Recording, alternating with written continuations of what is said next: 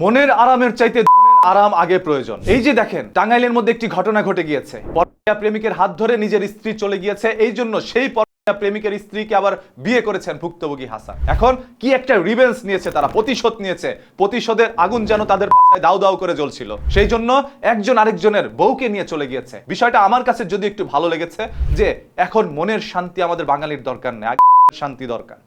কথাগুলো শুনতে খারাপ লাগলো, এই জন্য বলছি। কি এমন সংসারের অবস্থা বাংলাদেশে এখন, চিন্তা করে একটু দেখেন। আপনি আপনার স্ত্রীকে শখের বশত বিয়ে করেছেন, ভালোবেসে বিয়ে করেছেন, যার সাথে সারা জীবন সংসার করার জন্যই বিয়ের বন্ধনে আবদ্ধ হয়েছিলেন।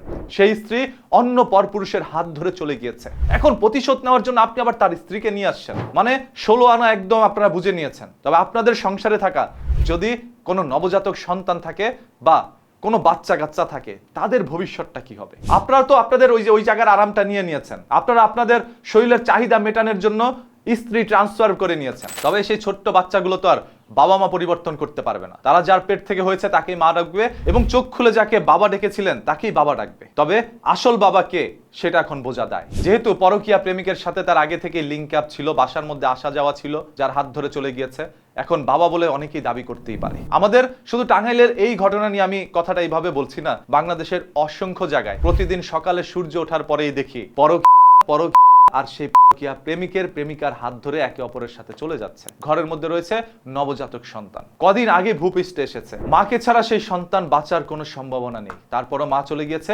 পরকীয়া প্রেমিকের হাত ধরে। কতটা নিকৃষ্ট মানুষ হলে এই ধরনের কাজ করতে পারে? আপনার সংসারের মধ্যে যতই অশান্তি হোক, আপনি সেই ছোট্ট বাচ্চার দিকে তাকিয়ে হয়তোবা সবকিছু সহ্য করে নিতে পারতেন, তবে তাও করছেন না, কারণ আপনার তো মনের আগে চাহিদা মেটানো দরকার। এই যে আপনি আপনার স্ত্রীকে নিয়ে কতই না স্বপ্ন দেখেছেন, সেই স্ত্রী পরকীয়া প্রেমিকের হাত ধরে চলে গিয়েছে। আপনি আপনার মনকে আজ বুঝাতে সক্ষম হয়েছেন শুধুমাত্র সেই পরকীয়া প্রেমিকের স্ত্রীকে আবার বিয়ে করতে পারার কারণে। প্রতিশোধ নিচ্ছেন। সে আপনার স্ত্রীকে নিয়ে সবকিছু এনজয় করছে, আপনি আবার তার স্ত্রীকে নিয়ে এনজয় করছেন। এনজয়ে ভরপুর আপনাদের জীবন। তবে আপনাদের দেখে ইন্সপায়ার্ড হতে পারে কিছু সংখ্যক মানুষ, যেহেতু এটা নিউজে চলে এসেছে। এখন অনেকেই বলবে, তাহলে তো যুগটা অনেক উন্নত হয়েছে, তাহলে স্ত্রী ট্রান্সফার করে নেই, পালিয়ে যাওয়ার দরকার কি? আমি যেহেতু তার স্ত্রীর সাথে পরকীয়া করছি, সেহেতু সে আবার আমার স্ত্রীর সাথে পরকীয়া করবে। বিষয়টা খুব স্বাভাবিক না? এই জন্যই একে অপরের সাথে চায়ের আড্ডায় মেতে উঠে তারপরে স্ত্রী স্বইচ্ছায় পরিবর্তন করে না। এইভাবে লুকিয়ে বা পালিয়ে যাওয়ার দরকার কি? ভালো লাগছে না একটাকে বেশি দিন,